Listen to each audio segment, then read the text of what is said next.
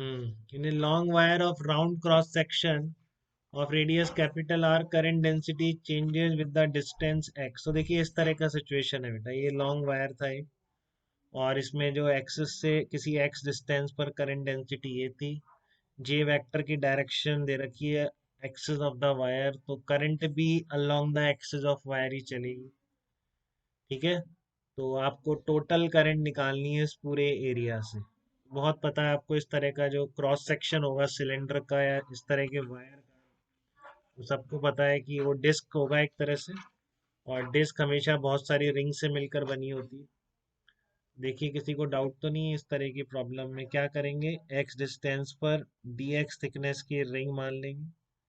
इसके लिए J vector dot d A vector लिखेंगे, तो डी ए वेक्टर भी अलोंग द एक्सिस होगा क्योंकि परपेंडिकुलर क्रॉस सेक्शन माना है अपन, और जे वेक्टर भी ऊपर ही है, तो इसलिए आप J d x cos J into d A cos zero हो जाएगा। और लिख देता हूँ मैं इसको, d I equals to J d A cos zero लिख देंगे इसको, कॉस जीरो।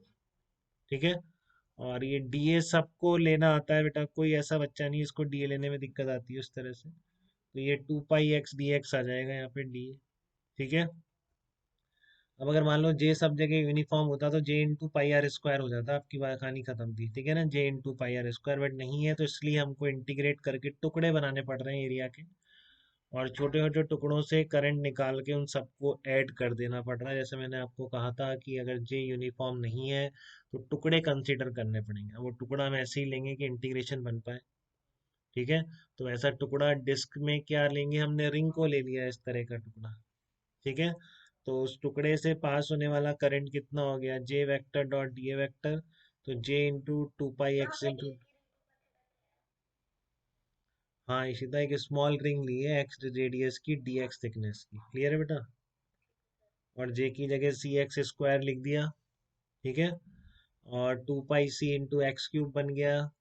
अब आपको क्या करना है, सारे रिंग्स का करंट ऐड कर देना है, जिससे आप पूरे वायर से टोटल करंट कितना पास हो रहा है वो निकाल पाए। तो आप एक्स की वैल्यू कहाँ से कहाँ तक वेरी कराएंगे, जीरो से कैपिटल आर तक। सेम अगर मैं electric field as a function of x देता, फ्लक्स निकालते ना, बिल्कुल वही प्रोसेस। देखो किसी को थोड़ा भी डाउट बेटा इस तरह से करंट डेंसिटी गिवन हो तो आप करंट कैसे निकालेंगे इसमें? ठीक है, सबको आ गया है? इसी तक क्लियर है एकदम बिल्कुल बेटा आपको है? टॉप व्यू दिखाऊं मैं आपको, टॉप व्यू ऐसा ही है इसका, कि आपका ये क्रॉस सेक्शन है सिलेंडर का, और आपने ऐसे बहुत सारी रिंग्स मानी है। ठीक है ना, एक्स रेडियस की डी एक्स थिकनेस की आपने बहुत सारी रिंग्स मानी है जो मैंने शेडेड करी। तो एक्स इक्वल टू जीरो से शुरू हो रही है इस तरह की रिंग, और पूरा क्रॉस सेक्शन कवर कर देंगे। पहले आपने इस डीए से निकाल लिया करंट, और उसको इंटीग्रेट करके पूरे क्रॉस सेक्शन से करंट आ गया। क्लियर है बेटा सबको? ठीक है, अब ऐसा ही क्वेश्चन और बना सकते हैं जबरदस्ती का। एक स्क्वायर मान लो, उसमें एक्स के साथ वेरी कर देंगे। ठीक है ना, स्क्वायर रेक्टेंगल कुछ भी मान सकते हैं, स्क्वायर ही मान लिया। Square of cross section side L मान लीजिए आप, इस तरह का है, ये आपका एल साइड का क्रॉस सेक्शन का एक स्क्वायर है। तो इन्हें लॉन्ग स्क्वायर क्रॉस सेक्शन का वायर है, इन्हें long wire of square cross section. ठीक है ना, in a long wire, in a long wire of square cross section,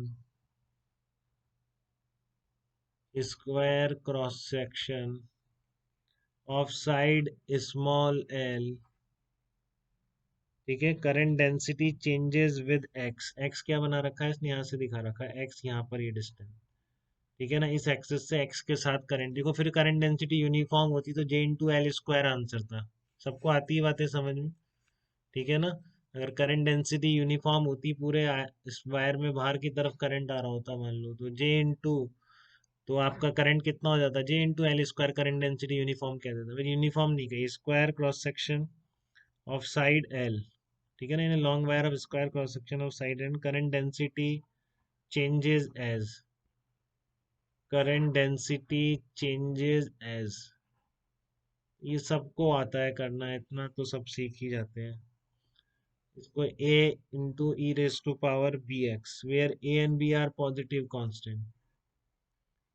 ठीक है ना, where a b are positive constants. ठीक है, इस तरीके से वेरी कर रहा है आपका current density. Find out current flowing through the square cross section या current flowing through the wire. Find out total current flowing through wire. Total current flowing through wire की पूरे वायर में से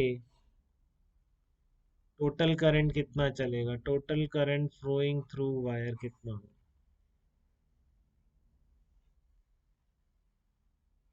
पेड़ दो अरे कर लिए थे मैंने, बहुत सारे ले लिए, 5-6 खा लिए थे सुबह। अरे नहीं, find out total current flowing through the wire कितना होगा, तो कैसे निकालें इसको। भाई आइडिया लग गया आपको। तो बच्चों को आइडिया लग रहा है क्या करना पड़ेगा। पहले ही अपन ने फ्लक्स में इस तरह का निकाला था, बिल्कुल सही निकाला होगा भाई आपने एकदम। -1 और आएगा एक, शायद जीरो वाला भूल गया आपका।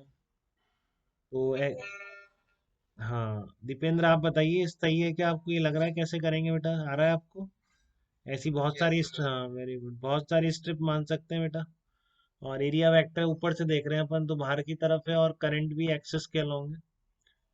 एंड मैंने लिखा नहीं, square cross section a and b find out, अब कोई बात नहीं वही लेना है। जे वेक्टर परपेंडिकुलर टू या along the axis of wire. J vector along axis of wire, square cross section का वायर है, वहाँ सर्कुलर था, यहाँ पर ये स्क्वायर क्रॉस सेक्शन का वायर है आपका। तो इस स्मॉल एरिया से कितना करंट चलेगा वो आपको बताता है कौन, J vector dot d A vector. तो J d A cos zero बन गया है। ये डी ए वेक्टर आप बिल्कुल लिख सकते हैं L into d x. J as a function of x है तो लिख दीजिए इसको a e raise to power b x into L d x. ये आपका डी एक्स बिट का जो स्मॉल एरिया था यहाँ पर, उससे पास होने वाला करंट आ गया।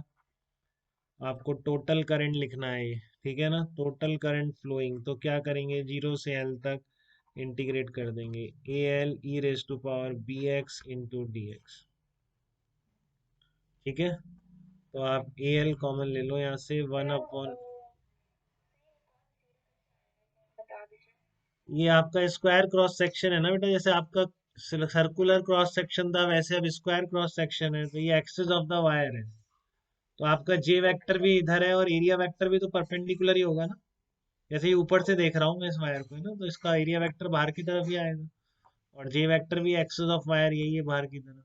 ठीक है बेटा, तो इसलिए मैंने इसको कर दिया। तो upper limit minus lower limit a l upon b e raise to power b l -1, ये आ जाएगा, a l upon b raise to power b l -1, ये आपका आंसर होगा, total current through this square cross section. तो ये चीज़ें हमारी उसमें भी यूज़ होंगी मैग्नेट में, तो एक बार बता दिए, तो आप बिल्कुल ध्यान से फॉलो करिए इनको और याद रखिए बिल्कुल।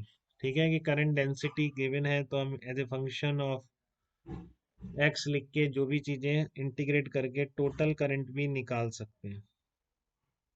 ठीक है, चलिए तो अब मैं लेक्चर 2 की तरफ बढ़ रहा हूँ। ये पहला लेक्चर था आपका करंट